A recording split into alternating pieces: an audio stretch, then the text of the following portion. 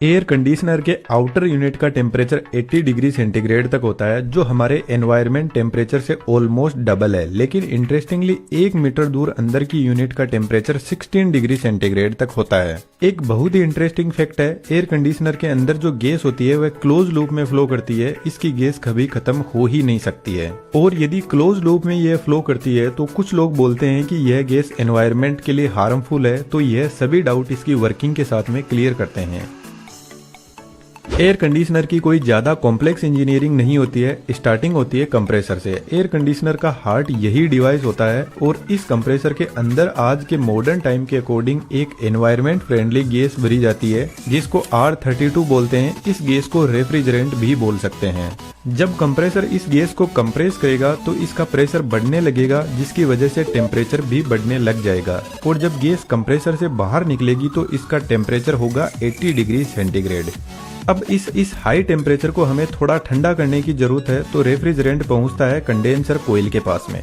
आज के टाइम में एसी के ऊपर 100% कॉपर कोयल लिखा रहता है, तो कंपनी इसी कोयल की बात कर रही होती है, क्योंकि कॉपर कोयल की हीट एक्सचेंज क्वालिटी बहुत शानदार होती है, तो ये गर्म और ठंडी बहुत जल्दी हो जाती है। इतनी लंबी कोयल से जब रेफ्रिजरेंट फ्लो करेगा तो ठंडा होने लगेगा, और इस कोयल से हीट को जल्दी बाहर निकालने के लिए एक फैन भी लगा रहता है। जब रेफ्रिजरेंट कोयल से बाहर निकलेगा तो इसका टेम्परेचर 50 डिग्री सेंटीग्रेड तक पहुंच जाएगा। लेकिन कंडेंसिंग कोयल के पास में जो गैस कंप्रेसर से मिल रही थी उसको यह लिक्विड में बदल देगा। आपको पता है, जब हम पानी को गर्म करते हैं तो वह लिक्विड से वेपर में बदल जाता है, यानी लिक्विड से गैस। इसके उल्टा जब कोल्ड ड्रिंक की बोतल को हम फ्रिज से निकाल कर बाहर रखते हैं तो इसके चारों तरफ पानी की बूंदें जमा हो जाती है, जिसका मतलब है वेपर वापस लिक्विड में बदल रहा है। तो कंडेंसिंग कोयल भी गैस को ठंडा करने का काम करती है, जिससे यह गैस से लिक्विड में बदल जाती है। लेकिन अभी भी यह हाई टेम्परेचर का लिक्विड हमारे किसी काम का नहीं है। तो यहाँ से लिक्विड एक्सपेंशन वॉल के पास में जाता है। एक्सपेंशन वॉल का ओरिफाइस बहुत छोटा होता है, तो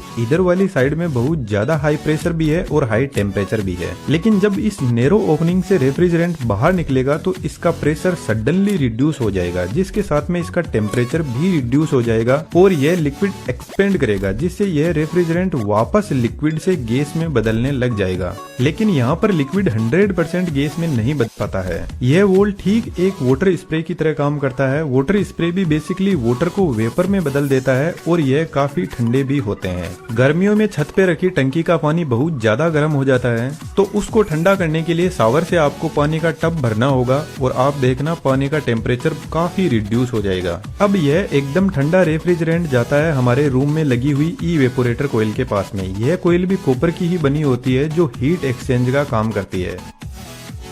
अब यह कोयल रूम में कितनी हीट को एब्जॉर्ब करेगी, इसको टन में मापा जाता है। 1 टन लगभग 3500 वोट हीट एक्सचेंज करता है, जबकि 1 टन का एसी 1000 वोट आवर की इलेक्ट्रिसिटी कंज्यूम करता है। जब ठंडा लिक्विड रेफ्रिजरेंट इस कोयल से फ्लो करेगा तो यहाँ पे लगा हुआ फैन इस ठंडक को पूरे रूम में फैला देगा।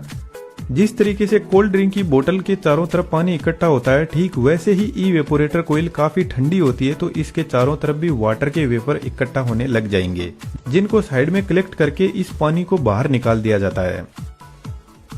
इसी फंडे को यूज में लेकर बारिश के मौसम में बहुत ज्यादा नमी हो जाती है, तो एयर कंडीशनर रूम के अंदर की नमी को भी सोख कर बाहर निकाल देते हैं। और ऐसा हमारे साथ में भी होता है। जब हमारी स्किल का लेवल एकदम वीक होता है तो लाइफ हमें एकदम च्युइंगम की तरह चबाकर फेंक देती है। यह कोयल रूम को तो ठंडा कर रही है, लेकिन रूम की जो गर्मी है उससे इसमें फ्लो हो रहा रेफ्रिजरेंट धीरे धीरे वापस गर्म होने लगता है। और अभी मैंने आपको बताया कि एक्सपेंशन वॉल लिक्विड रेफ्रिजरेंट को 100% वेपर में नहीं बदल पाता है, तो रूम के अंदर जो गर्मी है उससे रेफ्रिजरेंट वेपर में बदलने लग जाता है। लेकिन जब रूम ठंडा हो जाता है तो यह कोयल भी इस रेफ्रिजरेंट को पूरा वेपर में नहीं बदल पाती है। अब इवेपोरेटर कोयल से यह मिक्स्ड लिक्विड और वेपर पहुंचता है कंप्रेसर के पास में, और जैसा कि इस डिवाइस का नाम ही कंप्रेसर है, तो इतना तो हम दिमाग लगा सकते हैं कि सिर्फ गैस को ही कंप्रेस किया जा सकता है, लिक्विड कंप्रेस नहीं होता है। और बाई चांस ये लिक्विड कंप्रेसर में पहुंच गया तो कंप्रेसर ब्लास्ट कर जाएगा, और ब्लास्ट नहीं हुआ तो कंप्रेसर के अंदर capacitor start single phase induction motor लगी रहती है, वह जल जाएगी लिक्विड से।